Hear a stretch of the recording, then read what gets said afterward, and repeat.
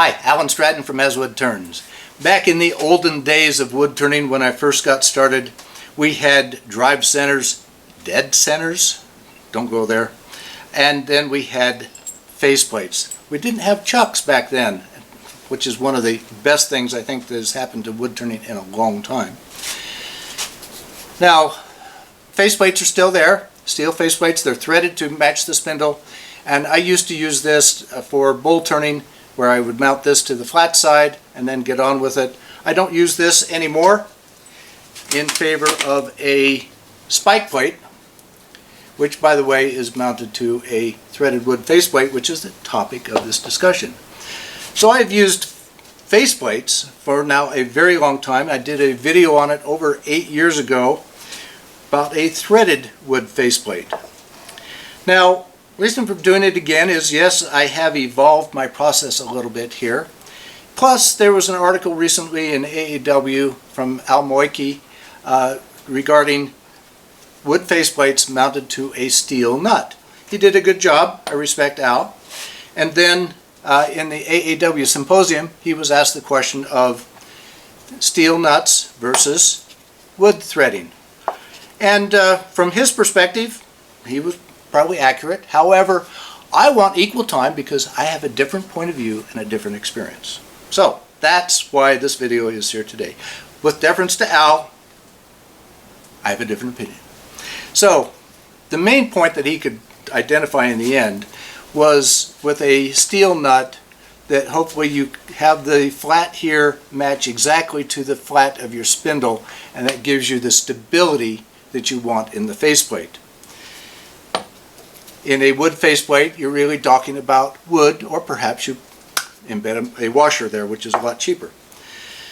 Now, I've taken a metal turning class and researched some metal working now, and I think I can confidently tell you that a machinist, starting with a project in a chuck or on the spindle in metal, and then if they have to remove that from the machine and put it back again, will nearly always check for run out or concentricity or deviation from the axis, all pretty close synonyms. So if the axis is off, you get a little bit of deviation and the project seems to wobble. A good machinist will nearly always check for that. And so that's really the difference when you have to take a project off and remount it. In wood turning, we do that a lot with a bowl. Typically, there's at least 3 mounts. Other projects require also segmenting. I may take it on and off the lathe 20 to 30 to 40 times to get it on and off. So that's important. However, in my experience between this and this is trivial compared to the expansion contraction issues we have with moisture and humidity. So don't worry about it. So one option is the steel faceplate. One option would be a steel embedded faceplate. Let me show you one more just to be complete here. This is a wood faceplate. However, it only has a tenon on the back that is sized to fit a chuck. Now my friend Frank Young uses these in his shop. He has 3 lathes, one of which is a metal lathe. He has compatible chucks across all of them that all fit to this tenon. He has marked the position so they can put it back into the chuck the same way every time to minimize run out. And he keeps a box of these handy. When he's done, he cleans it off, puts it in the box, and when he needs one, he pulls it out. Okay, is it big enough, clean enough? If not, he makes a new one, or he may laminate on top of it. Good system. However, I like my way. My way is a threaded wood faceplate. I use 3 lathes, one of which is a metal lathe now, and I now have a threaded spindle on my metal lathe also that is compatible with this, so it works for me. The run out is trivial. So in use of these faceplates, I've described this one. This is an eccentric or off-axis chuck. You've seen this in American Wood Turning magazine, but this is mounted to a threaded wood faceplate. A deviation from that, it'd be this eccentric or infinite axis chuck that I designed, which is mounted to a threaded wood faceplate. This is a mandrel with a screw thread in it mounted to a threaded wood faceplate. These are cup chucks used for turning spheres by hand, no jig, which are, by the way, mounted to a threaded wood faceplate. This is a jam chuck for a spindle or tenon mounted to a threaded wood faceplate. So the point is that once you have the base, you can do anything you want. My friend Sam Angelo uses these for jam chucks, and I have other configurations of jam chucks over there also. All good, very good uses of faceplates. So in this video I'll show you how to make these, but I'm going to describe one more option that another friend of mine uses, and that is a segmented wood, threaded wood faceplate. Now, as you know from previous videos on my channel, hand chasing threads in a segmented ring is really good. The side grain, which is continuous on a segmented piece, holds the threads well, they cut easily, and it's a great job. And he's done this instead of a block of solid wood. My only problem with that is that he's invested a lot more time into his segmented faceplate than I have into mine. So his is perhaps the Rolls-Royce or Lamborghini of threaded wood faceplates. Mine is the Ford. I'm happy with my Ford. So let's make a threaded wood faceplate. You can still use these if you want. They are a good option. I like mine because I make so many of them. By the way, the Christmas Ornament Challenge is coming up. Submission period is November. More details are going to follow. But you may consider using a tenon or spindle chuck for your ornament, which is mounted to a threaded wood faceplate. So here we go. Let's thread some wood. After many experiments with larger pieces, I now start with a 6/4 or 8/4 poplar 3 to 4 inches square. Poplar is not expensive. It is usually not particularly pretty, but it does hold threads when prepared properly. Nipping off the corners makes it easier to rough turn the wood round. I have friends that have used Trex decking or Corian. I like wood because I can easily glue to it and add thickness or size. You may be tempted to use a good plywood or MDF. Don't go there. It will fail when you least expect it. Do not ask me how I know. To get started, I have tried many ways to hold the wood. This is what I've settled on. It is quick and easy.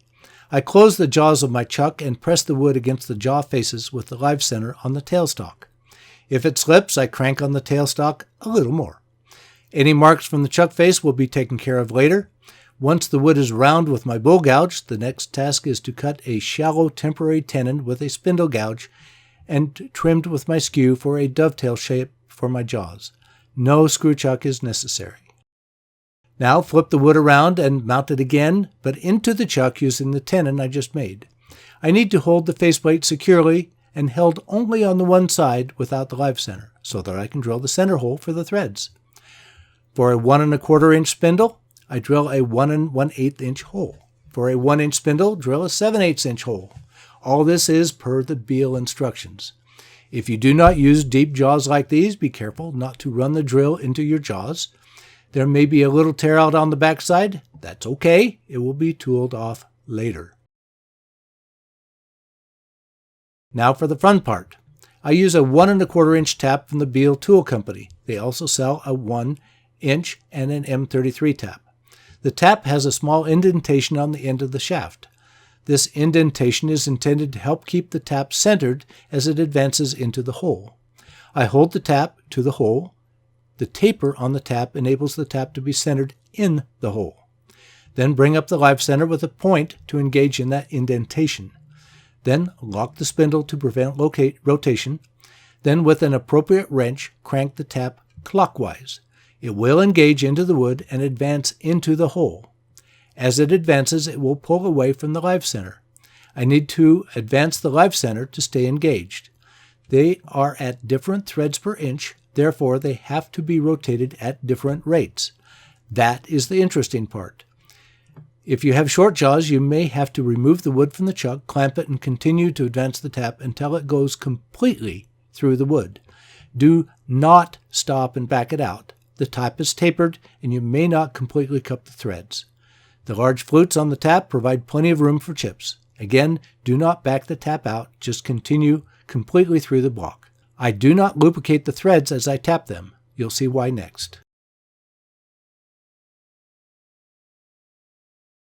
To harden the threads, I flood them with thin CA glue.